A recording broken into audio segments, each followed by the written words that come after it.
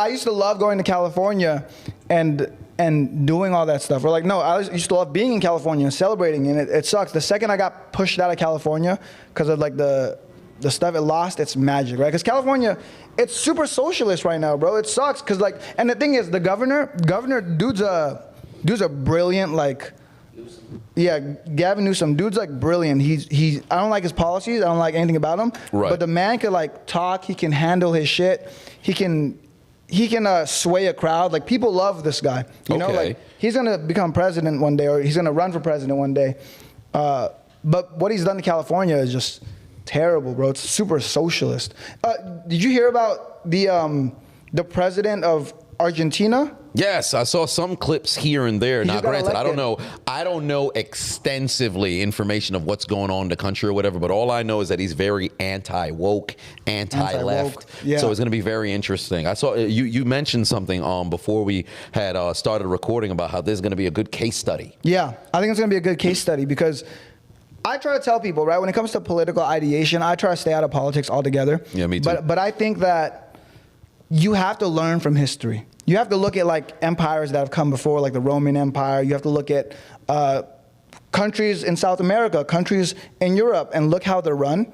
Look at their policies and see why some countries are prosperous, some countries are not, et cetera, et cetera. So I think this is just going to be another one of those things where he becomes president, he's anti-left, he's getting rid of policies already like that are wasting government funding.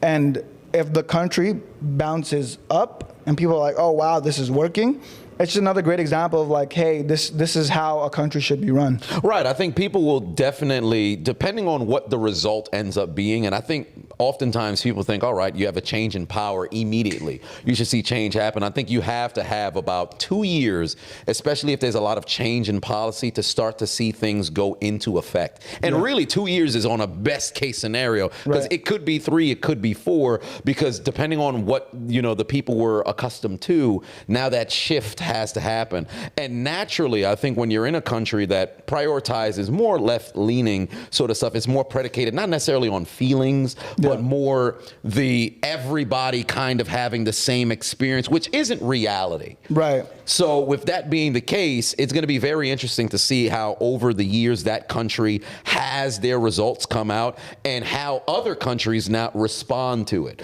Because I think, like you said, everybody looks how other countries are operating at. Like even with, if I'm not mistaken, China's in a bit of like, they have the dictatorship and all the other stuff, and they're performing at such a incredibly high level. I'm sure there's a ton of countries that's watching them like, hey, we should adopt that. No, but the only reason they're performing at such a high level is because they have like full capitalism.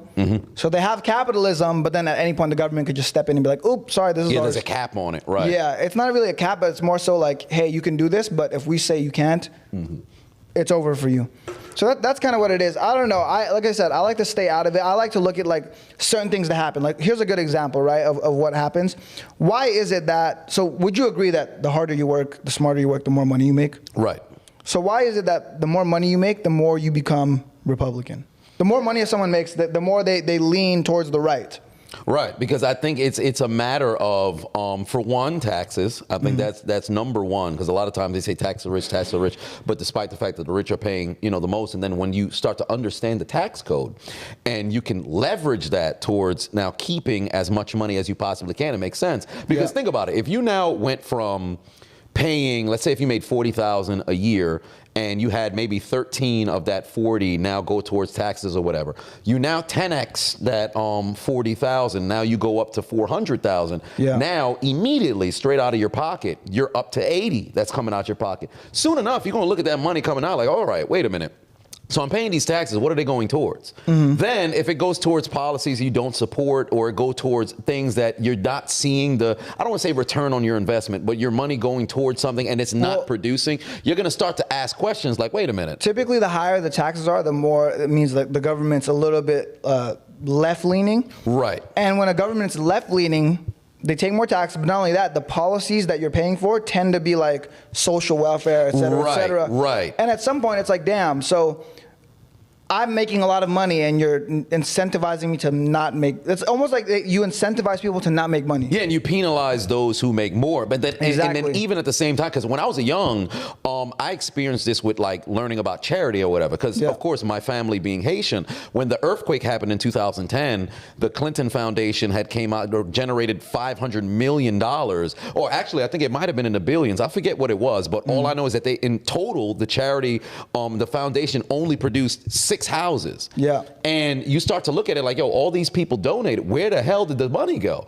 And I remember there was different isolated situations where people would, open up charities just in order to have tax breaks or whatever the case is. One of the most famous cases was Lamar Odom's family, where they opened up the foundation only to find out that the family was just siphoning all of that money. And despite the fact that Lamar was able to get those tax breaks and he kind of had his hands off, he had no clue what was happening. And then you get penalized in the end run. So for me, as I ascend, I would much rather tangibly be able to go and help people myself than have to set up some sort of foundation or maybe donate to these charities or whatever, because where is this money really going? Facts. So that's one of the biggest things that I think down the line, as people continue to make more money, they end up leaning more towards the right or whatever, because they're like, oh, wait a minute, I was able to make it out, I was able to make this happen. Not to say it's the old pull yourself up by the bootstraps, but you start to look at the policy like, oh, wait a minute, hold on now, I know I want to help out, but I'd rather have my own influence be able to help than to have somebody else do it for me. It's hard because money makes everything dirty. That's what makes it really difficult. The reason I stay out of politics altogether, it's almost impossible to change human nature, and money makes everything fucking dirty. Right, amplifies things. So let's say I'm like, because the people that are paying taxes, let's say I'm a big business owner, right? And I say, you know what? Let's change it so that rich people get taxed more. What I would also add in there are little loopholes that I could use. Yep. So let's say I'm the Illuminati. I'm a billionaire, right?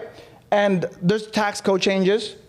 They're taxing the rich. They're not really taxing the rich. It's all fucking like performatory. Yeah. They're all doing that to show, like, if I'm a politician, I'm like, we're gonna tax the rich more. Meanwhile, I have all these rich friends that are giving me money. I'm like, don't worry. Like, let's say you're funding me. I'm a politician. You're funding me. I'm like, yo, Dave, I'm gonna tax the rich so I get votes.